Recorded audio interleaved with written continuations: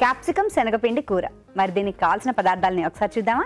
Capsicum శనగపిండి కూర కావాల్సిన పదార్థాలు: క్యాప్సికమ్ 1/2 కిలో, శనగపిండి 1/2 కప్పు, జీలకర్ర 1 టీ స్పూన్, ఎండుమిరపకాయలు 2, కరివేపాకు 2 రెమ్మలు, ఉప్పు తగినంత, కారం తగినంత, పసుపు చిటికెడు, తరిగిన పచ్చిమిరపకాయలు 3, తరిగిన వెల్లుల్లి 1 టీ స్పూన్, ధనియాల పొడి 1 టీ స్పూన్, జీలకర్ర పొడి 1 teaspoon, amchur 1 teaspoon, కొత్తిమీర కొద్దిగా, నూనె 3 టేబుల్ స్పూన్లు. కావాల్సిన పదార్థాలు చూసాం కదా. ఓకే అండి, స్టార్ట్ చేద్దాం రాజు గారు. ఓకేనండి. సో ఇక్కడ క్యాప్సికమ్ శనగపిండి అన్నాను కదా.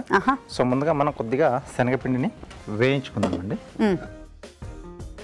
సో కొంచెం ఆ పచ్చివాసన పోతే మనకు టేస్టీగా ఉంటుంది. సో కొద్దిగా ఆయిల్,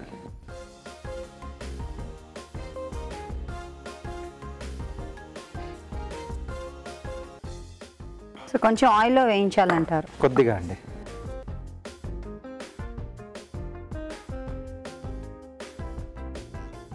ఓకేనండి.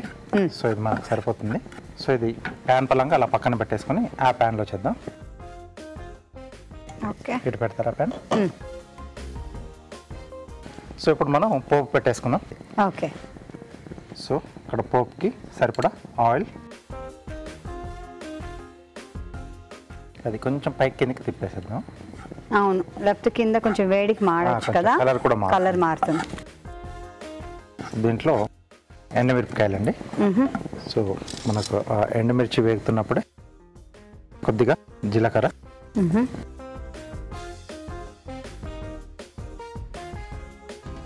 ఒకవేళ మనకు అందుబాటులో ఉంటే క్యాప్సికమ్ కలర్డ్ క్యాప్సికమ్స్ కూడా వాడుకోవచ్చు. చూడడానికి కొంచెం కలర్ఫుల్గా ఉంటుంది. అవును. సో లేదనుకుంటే రెగ్యులర్గా మనం వాడుకునే ఈ గ్రీన్ క్యాప్సికమ్ తోటి మనం హ్యాపీగా చేసేసుకోవచ్చు అండి. అవునండి. సో ఇప్పుడు వీటితో పాటుగా వెల్లుల్లి ముక్కలు, అలాగే తరిగిన పచ్చిమిరపకాయలు, కొద్దిగా కరివేపాకు.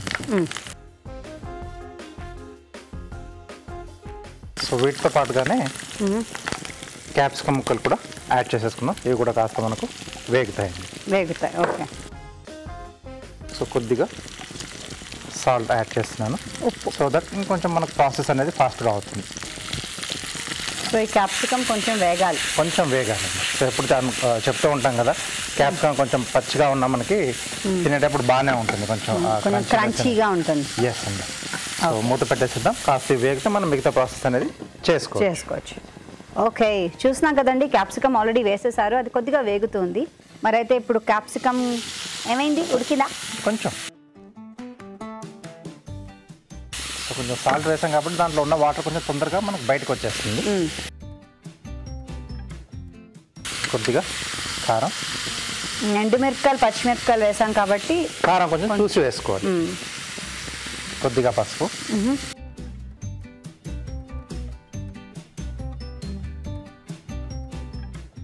సో కొన్ని పొడులు కూడా యాడ్ చేద్దాం. కొద్దిగా ధనియాల పొడి,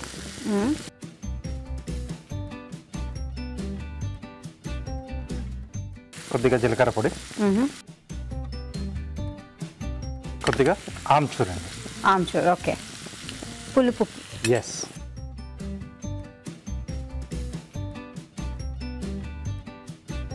సో ఇప్పుడు మనం ముందుగా వేయించి పెట్టేసుకున్న శనగపిండి,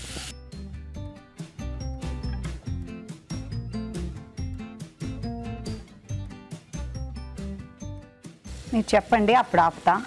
మొత్తం వేసేయచ్చు. ఓకే.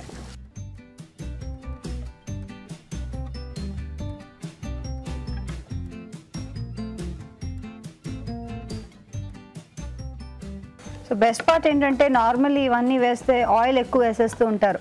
అలా కాకుండా ఎంత కావాలో అంతే ఆయిల్లో మీరు బాగానే చేశారు. ఇది కొంచెం మెల్లి సాధ్యమైనంత చోట మనం తగ్గించుకుంటూ పోతే బాగుంటుందండి. సో డీప్ ఫ్రైకి ఎలాగో తప్పదు, బట్ ఇలాంటి డిష్లు మనం తయారు చేసుకున్నప్పుడు కొద్దిగా నూనెతో చేసుకుంటే బాగుంటుంది. సో కొత్తిమీర యాడ్ చేశాను. ఓకే. సో ఆల్మోస్ట్ మనకు డిష్ అయిపోయిందండి. ఇట్టే అయిపోయిందండి. ఎస్. సో మనం శనగపిండి వేసేటప్పుడు కొంచెం సిమ్లో పెట్టుకుని వేసుకుంటే బెటర్ కదా. ఎస్, లేకపోతే కొంచెం అడుగు పడుతుందండి. సో టోటల్ డిష్ టేస్ట్ అంతా కూడా పోతుంది దానివల్ల. దీంట్లోనే ఇంకొంచెం అడిషనల్ ఇంకేమైనా ఫ్లేవర్స్ యాడ్ చేయాలనుకుంటే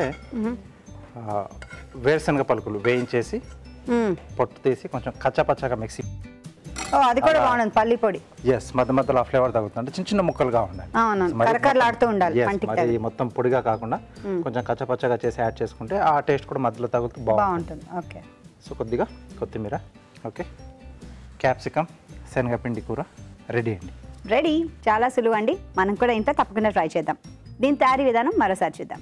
క్యాప్సికమ్ శనగపిండి కూర తయారీ విధానం: ఒక పాన్ లో కొద్దిగా నూనె వేసుకుని శనగపిండిని వేయించుకుని పక్కన పెట్టుకోవాలి. మరొక పాన్ లో కొద్దిగా నూనె వేసుకుని ఎండుమిరపకాయలు, జీలకర్ర, తరిగిన వెల్లుల్లి, తరిగిన పచ్చిమిరపకాయలు, కరివేపాకు, క్యాప్సికమ్ ముక్కలు వేసి కాస్త వేగనివ్వాలి. దీనిలో ఉప్పు, కారం, పసుపు, ధనియాల పొడి, జీలకర్ర పొడి, ఆమ్చూర్ పొడి వేసి కొద్దిగా శనగపిండి వేసి కాస్త ఉడకనివ్వాలి. తర్వాత కొత్తిమీర వేసి బాగా కలుపుకుని సర్వింగ్ బౌల్లోకి తీసుకుంటే క్యాప్సికమ్ శనగపిండి కూర సర్వ్ చేయడానికి రెడీ.